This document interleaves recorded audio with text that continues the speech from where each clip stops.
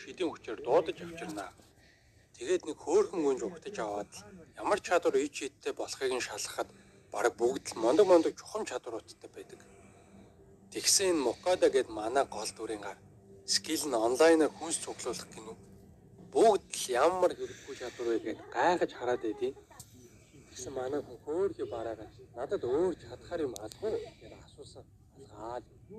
За тэгээд хаантаа уулзаж нөгөө гурав аг Хүлэг баатрын хотсон өмссөн манай хүнийг бүр цоогтой алгаад. Хаан эзэнч улс их орноо чөтгөрийн хаанд албах дээрээ тулаад та бүхнээс тусламж хүсгээс өөр арга байсангүй. Нөгөө гурав бид хамаг хүчээрээ туслах болноо. Манай хүн чулуух юм болохоор за би бол гайл болно гэхээс нэг их тусалж чадахгүй юм шиг байна өө. Өөрийн зам мөрөө хөөж энгийн амьдралаар амьдрий да гээд л аваад хаяа. Тэгээд манай хүнийг явахт нь 20 ширхэг алтан зоос өгдөө. Гараад явж исэн ч хүмүүс гайхаж хараад шивнэлдээд байхаар нь тентхийн иргэдийн хашиг хувц авч өмсөд ирсэн газартайгаа танилцж яахан явж байгаад хоноглох буудал олж орноо. Тэгээд яаж яагаад ч юм өөрийнхөө скилийн мэдээллийг гаргаж харсан чинь бас хөөрхөн эдцүүл хадгалах болон үнэлгээ хийх чадвартайгаа мэдж авнаа.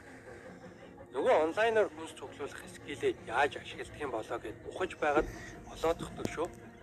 Шууд